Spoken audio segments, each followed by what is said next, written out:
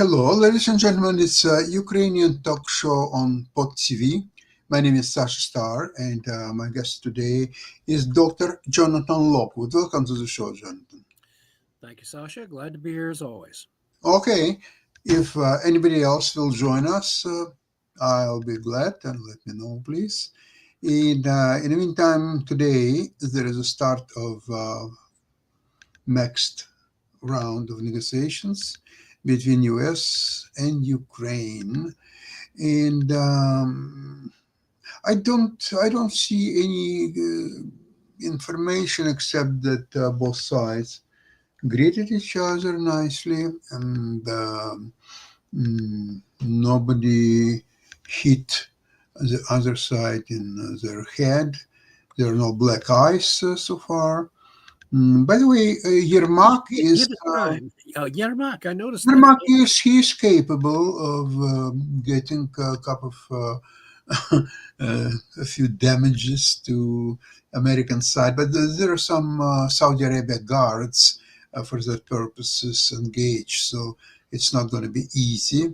Now, to understand this, I'd like to ask you, Jonathan. No, listen, I don't have really answer to that. U.S. is not a part of the war, from what I understand. Ukraine is, and negotiations are between Ukraine, which is at war, and US, which is not at war. What are they negotiating actually? What's your understanding, Jonathan? They, as far as I can determine, they are negotiating the conditions under which the U.S. will provide future support to Ukraine in an economic sense, and quite possibly the implications that I'm getting of military assistance of some sort. Although the U.S. apparently expects that the European NATO allies will provide now the bulk of any continuing military support to Ukraine as a hedge against the, I think, high likelihood that Russia is not going to agree to a ceasefire until it gets everything it wants. So Ukraine is basically has no input on that because essentially it's US should negotiate with Europe who and how much will provide to Ukraine. That's more likely. That would be understandable. Now, what Ukraine wants from this process, it's the same story. They want guarantees that in case of the peace agreement or at least termination of fire on the front lines, there will be some guarantees that Russia is not going to attack Ukraine in the next 3, 6, 9 months or any period of time. And it seems to me that's where probably all peace negotiations will stop because there will be no progress made because I think from Ukraine, it's a very clever ploy, actually, to derail these negotiations. Simply, instead of saying, you know what, just go to hell, we don't need you to negotiate anything, which would be right but not civilized way. What a civilized way to mention something that simply cannot be done by any power in the world. It's only if US, China, Europe, and Australia and everybody else will say whoever will touch a piece of Ukraine will unleash all attack, including nuclear and so on.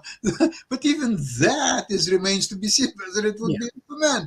It's like Budapest Memorandum. So it's very clever ploy, in my opinion, by Ukrainians politely asking for guarantees, and the country which has been attacked by Russia so many times, and including violation of the Budapest Memorandum and several other treaties existing between Ukraine and Russia. So they're asking a very viable alternative of guarantees, and I don't think that U.S. is able or willing to not even provide the guarantees, obviously not, but even talk about these guarantees. So then, where are we going from there? Yeah, right now the balance. The only variable that, shall we say, the joker in the deck, or the hidden card, is if Ukraine, and if they are thinking of this, then they're keeping their cards very, very close to their chest. If they are thinking of undertaking one military operation in an attempt to change the military situation on the front, on any selected front, but my choice would be Crimea. But if they can do so in an effort to inflict a visible damage to the Russian perceived military progress. Jonathan, very quick question. Does that attack of Ukrainians on Russians, including Crimea or Moscow? Well, they did leash a drone attack on Moscow. Yeah. Okay. How does it help U.S. to achieve its goal in negotiations? It would help the U.S. to achieve its goal in negotiations if the result of the military operation, any military operations that Ukraine undertakes, inflicts a decisive enough damage on Russia's ability to continue its military attacks. If it raises the price of continued war for the Russians so high that they are willing to simply declare victory and go home. However, Marco Rubio has already stated that Ukraine must be willing to cede territories that Russia had seized at the beginning of the war, which to me is it resembles 1938 Munich Agreement more than anything else. And in any case, as I've stated several times on this program before, any agreement or ceasefire or armistice which visibly rewards Russia for having undertaken the aggression against Ukraine in the first place, such as ceding certain portions of eastern Ukrainian territories, that is not a peace agreement. That is appeasement. That only delays the start of another war. Maybe a few years?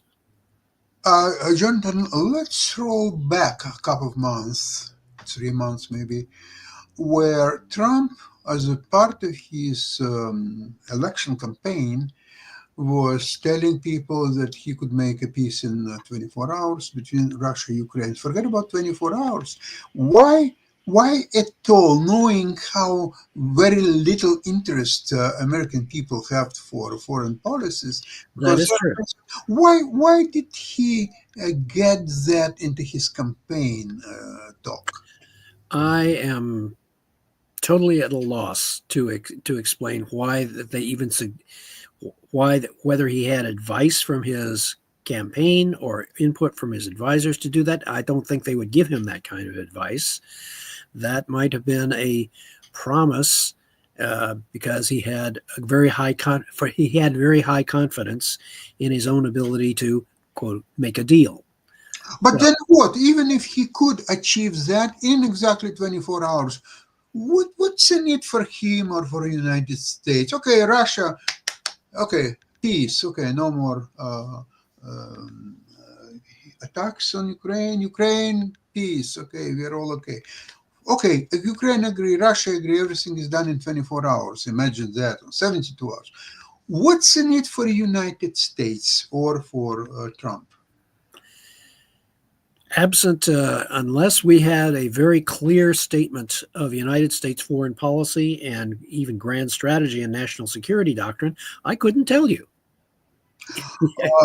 Because if the burden is a financial requirements to send the weapons and money to Ukraine and so on. So Trump could say that from the moment he is president, any help to Ukraine, the financial or the weapons, will be stopped in 24 hours. Would that be enough for U.S. to achieve its goal to stop its involvement in that? Not necessarily, No. because remember, you have spoken so glowingly of the U.S. military industrial complex Yeah. and how arms exports. I believe I saw a figure recently that the U.S. is responsible for about 43% of all arms exports in the world. Right. Which, I mean, my goodness, uh, whether by design or by accident, the production and shipping of weapons for all purposes to any company country that is willing to buy them has become a very, in effect, big business for the United States, which is in many respects unfortunate. We would much rather be able to export things like food and other very useful things, but it's now it's now apparently a foreign policy which to this point is being governed more by economic considerations rather than by grand strategic political or geopolitical considerations, or even a vision for what you want the United States place in the future world order to look like. I would contend that the best it would be for us to be the geopolitical balancer rather than trying to be the world's policeman. I don't think that U.S. Will be able to be bouncer of any kind, because nobody will hire a bouncer who is $37 trillion worth in debt. And Fix your debt. that's another reason why watching the debt reduction efforts are so critical. If Elon Musk and his group or the Congress can manage only to say reduce the national debt annually by say 858, which is the current interest on the national debt. Actually, it's approaching 1 trillion. If you can reduce it by 1 trillion, well, I would give them a gentleman's C. That is, John, you whatever he can save in interest payments, they will cut taxes for the super rich people and raise from 37 trillion to 41 trillion dollars national debt. So this is a very clever poker game of what's his name, Musk, and the Trump's team, or so on.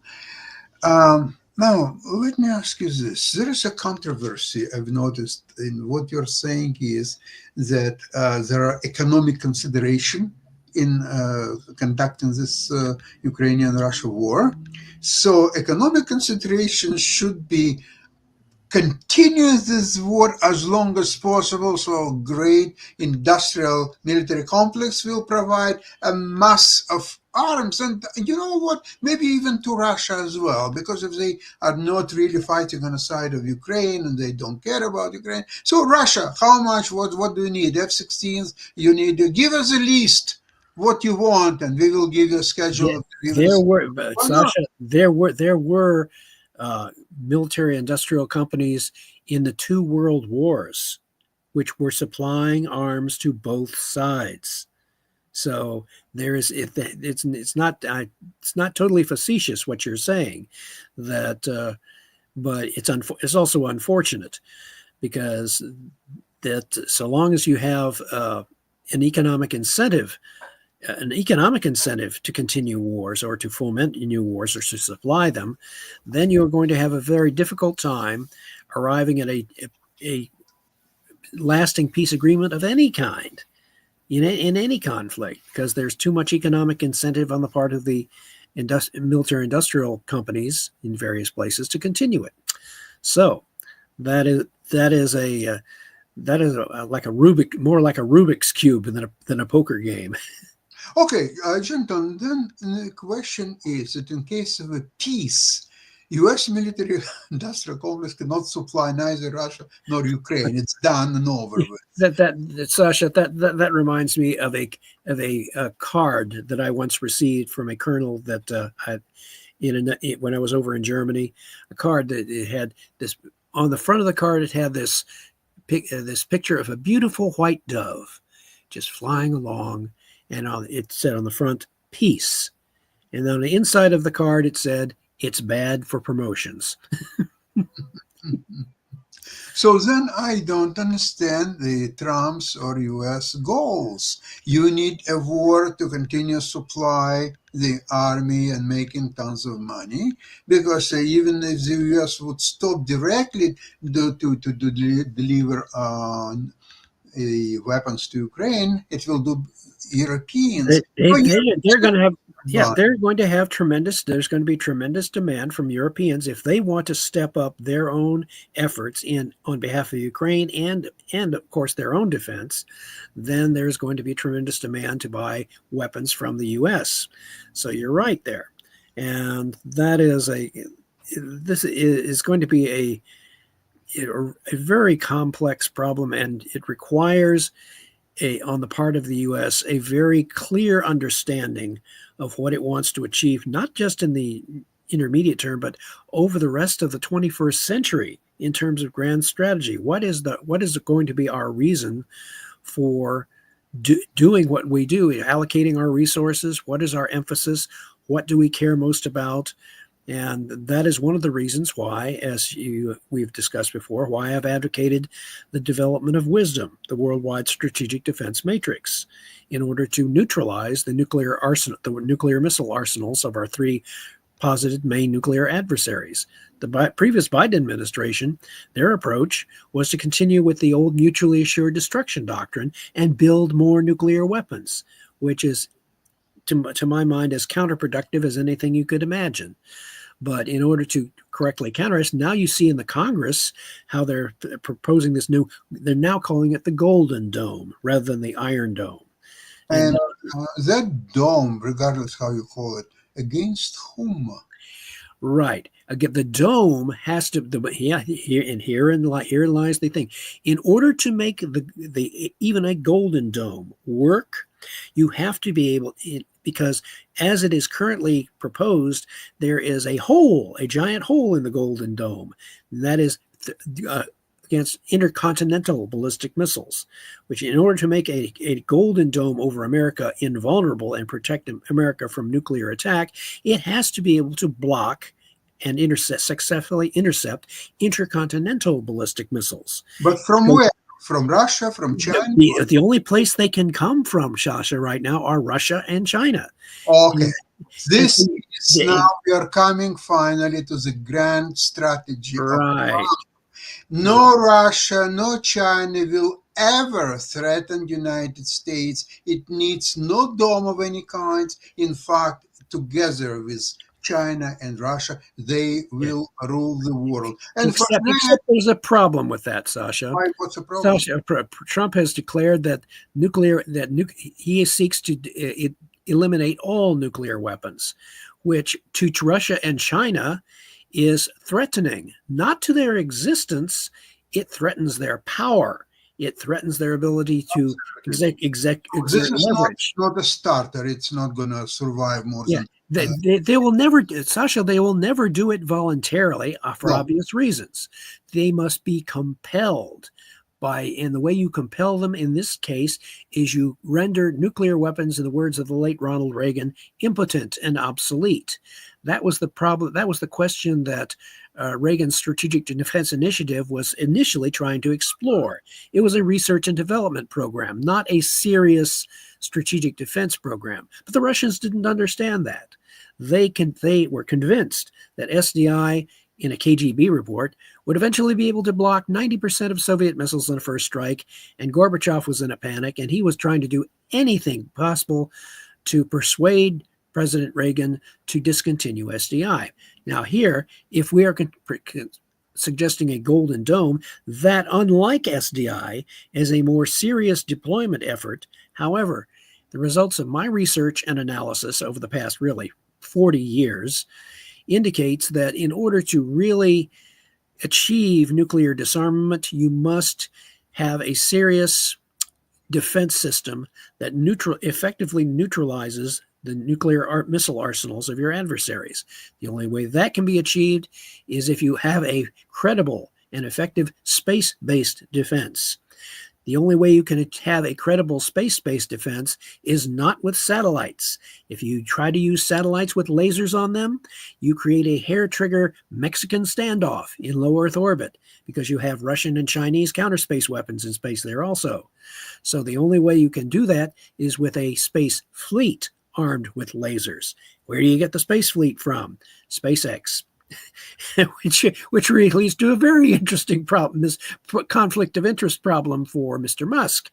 So you have this really complex set of problems in order to achieve certain things, in order to achieve what President Trump wants. If he's serious about wanting to eliminate all nuclear weapons, well, then he has to be serious about creating something, like the Worldwide Strategic Defense Matrix, which in effect perfects the Golden Dome. It gives it a whole new concept. So it's a whole series of interrelated problems that require a change of strategic attitude particularly on the part of the United States, and secondarily on the part of the European NATO allies, which could be incorporated into the Worldwide Strategic Defense Matrix. And in a truly enlightened approach, that Worldwide Strategic Defense Matrix could be extended over Ukraine to protect it ultimately from missile attack. First, you deliver Ukraine to Russia, and then you defend it. That's kind of a very interesting approach. But, again, delivering Ukraine to Russia would not be my approach in the first place. I know. I'm not in charge. I know. But you have to compensate. You have to figure out ways to work around a difficult situation. And it's like the principle of judo. You use the momentum of your opponent's attack against him. Judo is a wonderful sport. It is. One of the fighters is dead. You don't care really what's the remaining fighter, what kind of tactic and strategies will be used. There is that. Delivering Ukraine to Russia means the end of Ukrainian independence. It means the end of Ukraine as the country, government. People will become basically slaves of Russians, not in the slaves meaning of 2,000 years ago, but they're looking at essentially Russia would be looking at Ukraine as a vassal state. It will be a state. It will be maybe some kind of a maybe additional republic in Russian. Like they have Tatarstan, they have Udmurtia, they have this little thing. So Ukraine will somewhat bigger, of course, by territory, but it's a best case scenario. In a worst case scenario, it will be just annexed completely to Russia, and there will be no distinctions.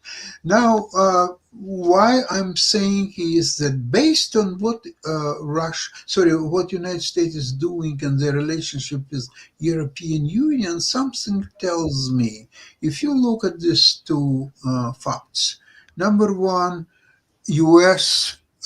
Withdrew from all tactical trainings with Europeans as the NATO is concerned. U.S. is already said that they will not participate. Number two, today, I believe there is a large meeting in Europe, in Paris, I believe, of all European countries, including from NATO, about the defending Ukraine, defending Europe. And United States, believe it or not, was not invited to that meeting.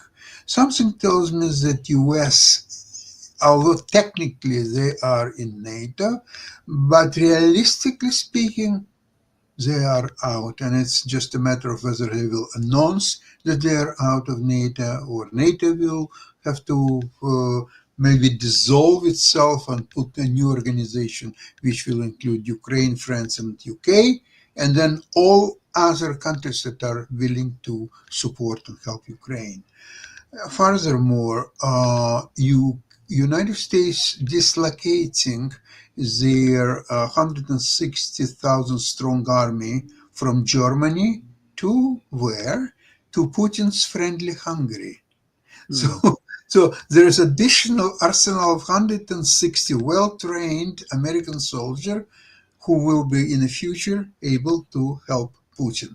So something tells me that Ukraine is much better off to thank American friends for their unwavering help for the last 3 years, not to sign any deal, including this fiction of rare earth minerals. It's not rare minerals we're talking about uranium, which is part of Yeah. so-called earth, and it's not part of rare earth No. minerals, as you understand, but it's part of the agreement. Yeah. So America wants the same as they did with Russian pipeline. They want a cheap to get something from Ukraine, and only then deliver it to Russia. So when Russia will absorb Ukraine, they will say, "Well, listen, my friends, don't forget about the uranium in this uh, oblast or region, because this is according to documents signed. It's ours, okay, my friends. So you can buy it from us, or you help us to work on it and make some money." So this is a very, very not very good scenario for Ukraine, because again there are three sides: U.S., Ukraine, Russia. U.S. has all upside and no downside in these negotiations. Russia has no downside, only upside, because they say they will not make any yield. They will not yield any concessions or agreements or anything. Whatever they said 6 months ago or 2 years ago, it remains the same 100%, period. So what they want? They want completely all four regions of Ukraine with Crimea, even parts that they haven't even occupied yet. But they want it anyway.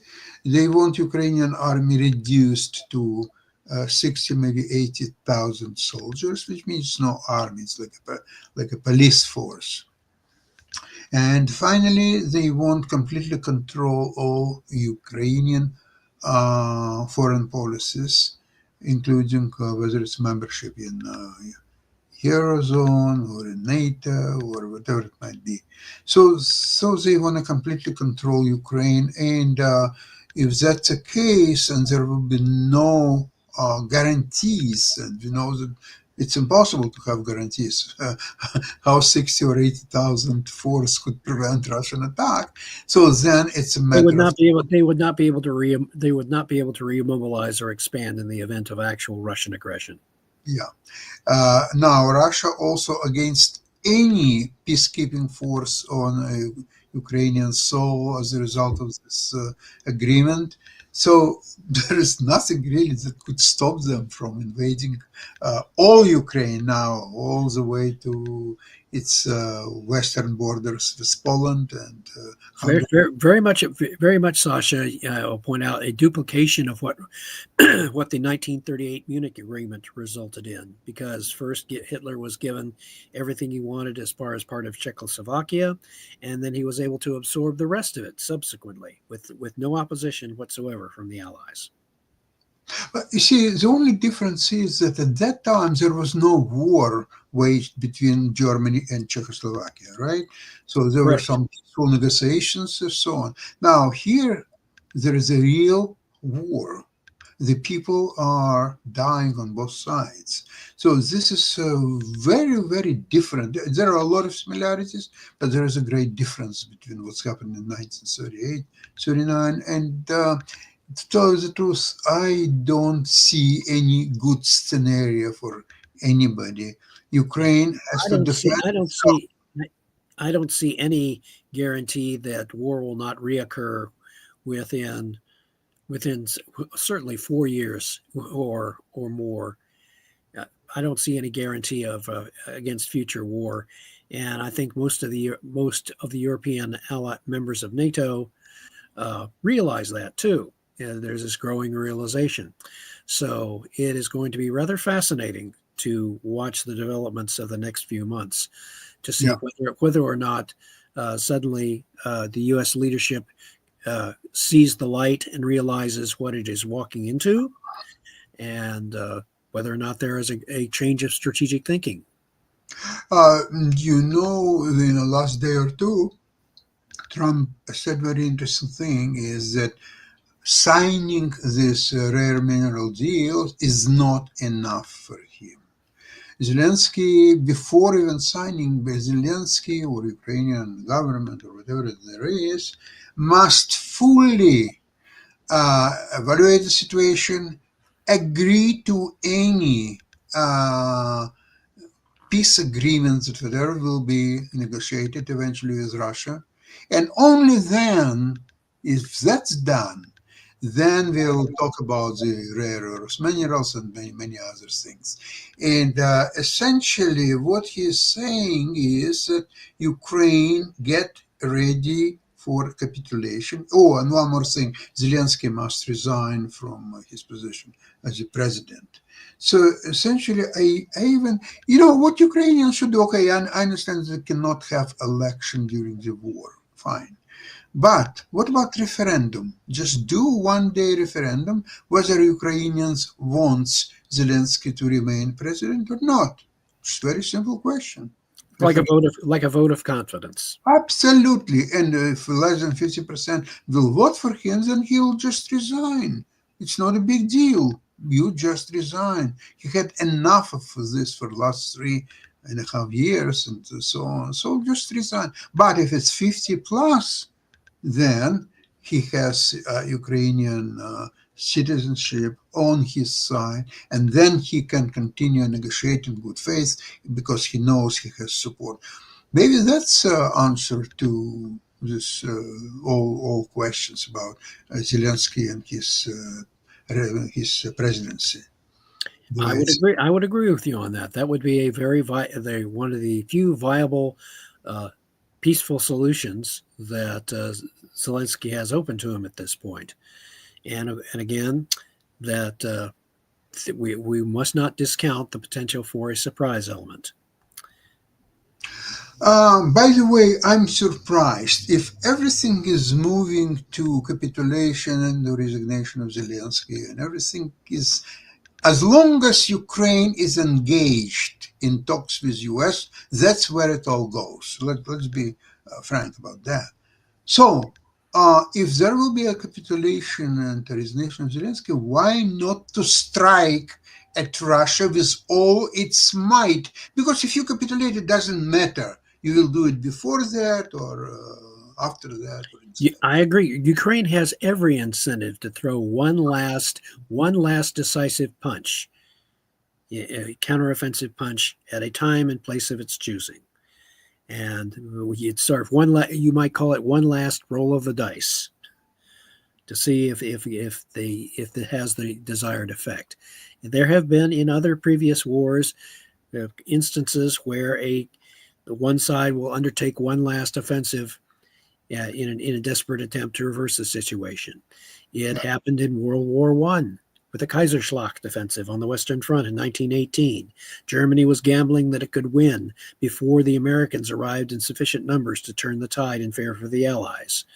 You had the Ardennes offensive in late 1944, when Germany committed 2 panzer armies on the Western Front in the American sector in a desperate attempt to split the Allied forces and try to negotiate a separate peace instead of fighting on 2 fronts.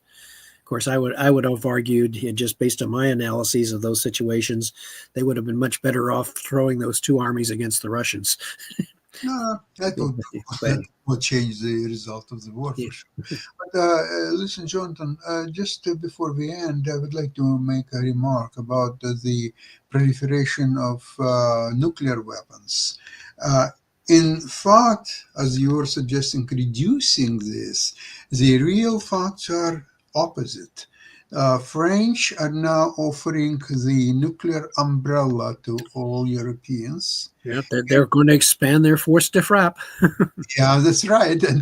And unlike any other country in the world, French uniquely have a full cycle of all their military production, from the rifle to nuclear arsenal. They produce everything themselves. They don't depend on anybody in the world. That Yeah, makes them quite unique my situation. Soviet studies professor, Dr. Leon Goray, in a lecture way back in the I believe it was 1977, 78, he was talking about the concept of finite deterrence and using the French force de frappe as an example. He said that France, on the one hand, they could, with their force de frappe, threaten to destroy 10 Soviet cities. On the other hand, the Soviets could turn around and threaten to turn France into a parking lot, at which point the French lose interest in being a nuclear power. Well, it was almost 50 years ago. And what do you think where he would stay today? Where who would Your, your professor. my professor would say the French would be much better off having a much larger force de frappe, and they could not build a large enough one to deter Putin. And also, I think he would look because he was my dissertation professor, and where I developed what eventually has become my book on the Russian view of U.S. strategy, and has led to my development of the concept of the worldwide strategic defense matrix. I think he would be very much in favor of what I'm advocating by neutralizing the nuclear arsenals of our major adversaries, because they see the nuclear weapons, particularly Russia, they see their nuclear weapons as being the primary factor that not only has made them a great power, but also has given them their main means of leverage against the West and against the United States. So logically, the key to this is develop a system that neutralizes the very thing that they perceive makes them a great power. Jonathan, I am very much and always was in favor of your idea. The problem is that Russia and China will become the best friends of Trump and United States, then such system would be delivered. Okay, Well, this is really. there's another way that they can become best friends of the United States, because if their nuclear arsenals are neutralized, they will have to learn to start channeling Mr. Rogers and learning how to be good neighbors. So there's another way to make friends with them. Take their Yeah, weapons away. Take but their weapons away. there is a competition in the speed to which Trump is moving toward friendship with Russia, and not only friendship. I think it's much more strategic situation between the U.S., Russia, and then China. Then any such issues, there's no willpower to develop such system. There are some technical considerations that have to be taken on, and that system would have to be delivered. We are talking about at the best 3 to 5 years time. And this what the Trump is doing. He will achieve it in a matter of few months, except one scenario where Ukraine will resist, will not sign anything with the United States, and will put strong armed forces together with UK, France, Turkey, by the way, who is not very big friend of Russia, and then all Scandinavia, all Baltic states, and Poland and Czech Republic, and just name it, even Spain probably. Yes, I would agree with that potential scenario emerging, especially because we have the historical precedent of how Ukraine by itself at the end of World War II, without any visible outside help, was capable of mounting a significant guerrilla resistance to occupying Russian forces from the end of 1945 until 1954. It was not fully suppressed until then. So if they could do that, and they had the political will to do that, then I would say that it is even more possible, with other nations coming together, for them to mount a significant resistance and really disrupt any sort of peace agreement, however you want to call it, for the foreseeable future. You basically would have a situation of no war, no peace, which eventually could evolve into something like the armistice between North Korea and South Korea. That would be you could stabilize. And keep in mind, the North Korea and South Korea are still technically at war. after all these years. But the conflict has been halted. So there is precedent. But the factors which could create such a repeat of this precedent are in play now. Okay, Jonathan, that's very interesting. I wish we would have more information of what's happening in South. Oh, yes. But we will have it in the next couple of days for sure. We're going to get more pieces of the puzzle, and we're going to see if Ukraine is able to play its surprise card. Yeah, I really hope so, John. Yeah, if they do that, then the game changes once again. Yeah. Well, with all Ukrainian new weapons, they are actually producing now more and more themselves. Now Moscow doesn't seem to be so far from Ukrainian border. It's getting closer. Gee, we can reach your capital city after all. Surprise, surprise. It was very interesting thought. Just before we finish, I just remember this that one of these political commentators on either Ukrainian or Russian networks, they suggested, there was during the Soviet times a system of cities brotherhood. So two cities in different countries would become brothers like. So, for example, if let's see, city of say Kharkiv, and its brother city in Russia would be St. Petersburg, for example. So what we are saying is, okay, let's play this game. Now, once you hit one brother, then we are going to hit another brother.